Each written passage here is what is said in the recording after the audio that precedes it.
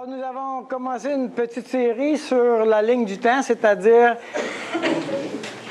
comment l'Évangile est présenté dans la Bible, du commencement à la fin, et comment est-ce qu'on peut suivre le déroulement de l'argumentation de la Bible dans le temps. Nous avons regardé la composition de la Bible et nous avons commencé à regarder la semaine dernière la question de la création et nécessairement, parce que Genèse chapitre 1 et 2 parlent de la création de la parole de Dieu, et nécessairement on est obligé de parler de l'évolution.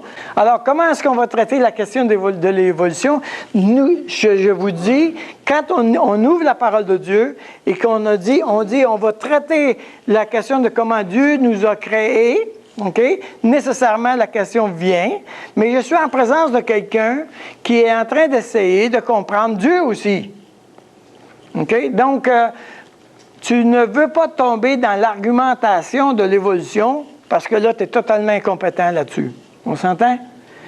Pour être compétent sur le sujet, il faudrait que tu aies des connaissances en biologie, en chimie, en anthropologie, en paléontologie, en toutes sortes de logies. OK? On n'a pas cette compétence-là. Donc, la question de l'évolution dans le sens philosophique du terme, comme la création dans le sens philosophique du terme, c'est une théorie. C'est-à-dire que, d'une manière scientifique, personne ne peut prouver scientifiquement la théorie. Pourquoi? Parce que pour que ça soit scientifique, il faut qu'on puisse la répéter. On ne peut pas répéter la création. On ne peut pas répéter la question. OK? Donc, dans les deux cas, on est dans la théorie. Si tu tombes dans l'argumentation, tu tombes dans un combat de puissance qui est inutile. OK? D'abord, il faut dédramatiser la question de l'évolution. OK? Et elle est dramatique pour les croyants parce que on pense qu'on est en guerre contre l'existence de Dieu. Et parce qu'on tombe en guerre, évidemment, ça devient dramatique, c'est sûr. Mais c'est pas il n'y a pas de drame là, en général, parce que la plupart des gens disent « je crois en Dieu ». C'est juste qu'ils ne savent pas quel Dieu, ils ne savent pas... si on dit « oui, Dieu existe », la prochaine question, c'est les religions, puis là, ils vont dire « je ne sais pas laquelle bonne religion est la bonne, puis je ne sais pas comment je vais dire. Tout le monde dit qu'ils ont la bonne. Alors, comment je vais démêler ça, etc. » OK? Mais au moins, on est d'accord pour une chose, avant même d'embarquer dans la question des religions, tout le monde est d'accord pour dire « oui, il y a certainement Dieu. Oui, il y a un être suprême. » OK? Et il va y avoir ça qui va être là. Donc, n'entre pas à... Dieu est capable de se défendre seul. Tu n'as pas besoin de protéger Dieu, là. OK? Alors, moi, ce que j'utilise, j'appelle ça des modérateurs. On calme le jeu. Alors, par exemple, la foi en Dieu. La personne affirme croire en Dieu. Alors, il faut placer l'accent sur cela plutôt que sur la science ou l'évolution. Regarde, tu me dis que tu crois en Dieu. Oui, il y a la question d'évolution, mais pour le moment, on va s'occuper de Dieu. C'est tout. Alors, on déplace le focus. OK? Le deuxième, le mobile. Nous voulons apprendre le comment, mais nous devons aussi comprendre le pourquoi.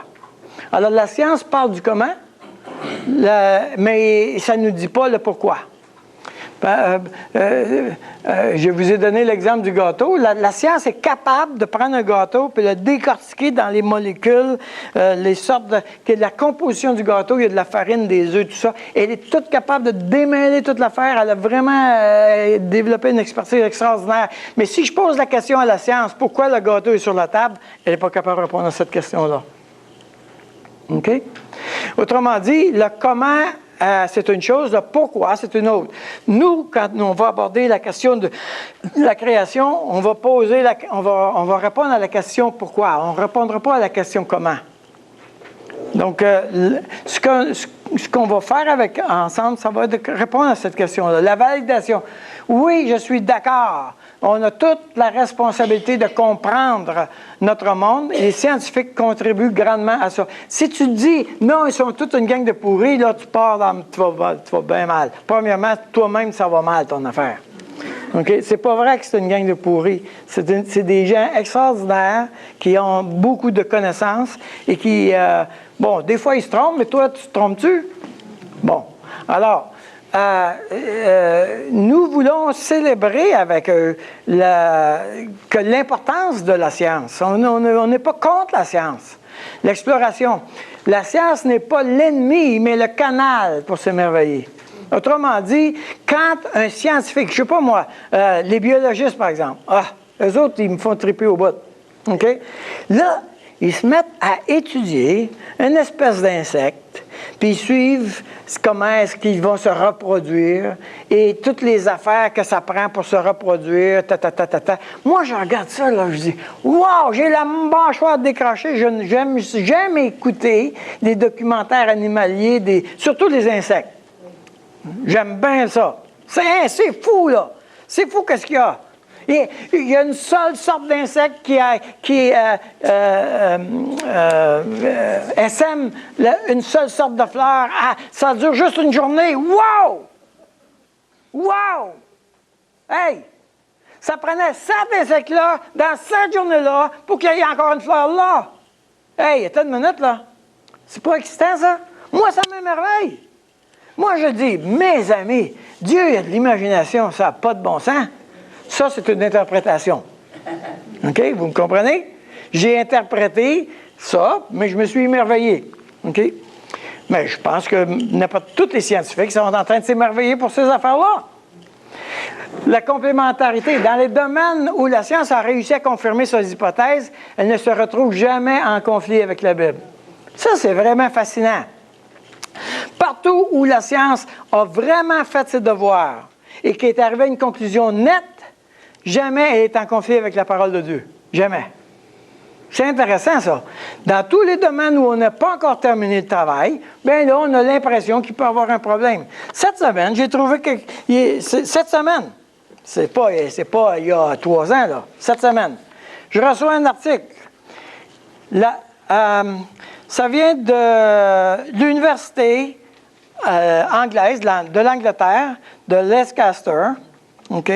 Université de Leicester. Je ne sais pas comment on dit ça en anglais, là. Leicester.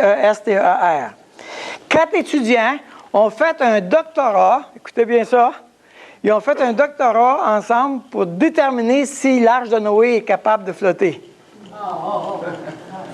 C'est intéressant. C'est intéressant. Ça, ils ont dit d'une manière scientifique, voici, on a la mesure de l'arche de Noé, on a la composition de l'arche de Noé, etc. Et savez-vous combien... Hey, ça, c'est fort, Ils ont calculé, OK, le poids moyen des animaux, les éléphants versus la souris, etc. Ils ont calculé que c'était la brebis qui était le poids moyen. OK? Oui, ça, c'est eux autres qui ont fait ça, c'est pas moi, là.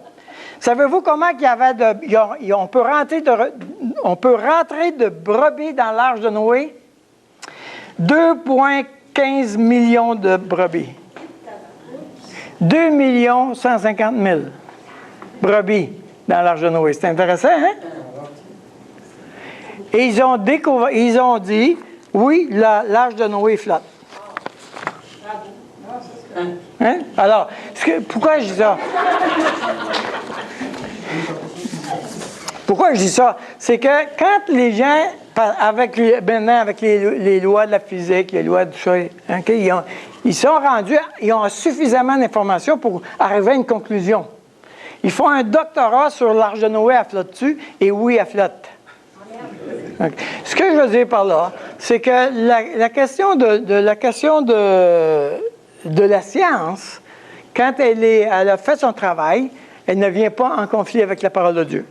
Maintenant, il faut faire attention. Tu vas me dire, ouais, mais la science a prouvé que les serpents ne parlent pas. Bon, oui, le serpent parle dans Genèse chapitre 3. Mais attention, par exemple, il faut comprendre que quand on lit la Bible, on a des styles littéraires. OK? Donc, dans la poésie, je peux dire, la mer a envahi mon cœur. Ouais, attends une minute. Est-ce qu'une mer peut envahir le cœur? Scientifiquement, non. OK? C'est de la poésie. OK? Dans la Bible, on a tous les genres littéraires. Donc, si tu veux absolument entrer un genre littéraire dans un fait, c'est un problème. Il faut que tu tiennes compte du genre littéraire. OK? Donc, mais dans les cas où le genre littéraire décrit une réalité, on va retrouver une confirmation même par la science. Il n'y a pas de conflit. OK? Par exemple, on a eu une longue discussion sur est-ce que la Terre est ronde ou la Terre est plate. OK? Mais si on examine le conflit sur la rondeur de la Terre, on s'aperçoit que la question n'est pas une question qui est reliée avec la Bible du tout, mais est reliée avec la religion. Quand on a finalement déclaré que la Terre est ronde, on s'est aperçu que la Bible dit que la Terre est ronde. Voyez-vous?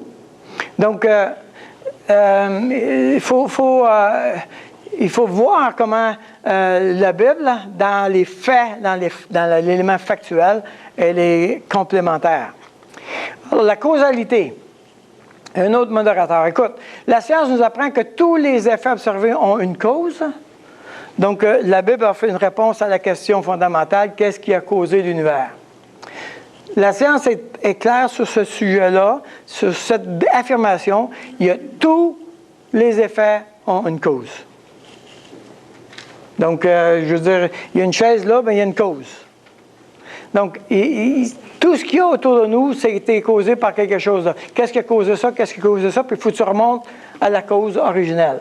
Alors, on peut poser la question, OK, il y a eu un Big Bang, OK, alors qu'est-ce qui a fait, d'où elle vient? C'est quoi la cause de la grosse boule? Elle vient d'où? Il faut poser cette question-là. OK?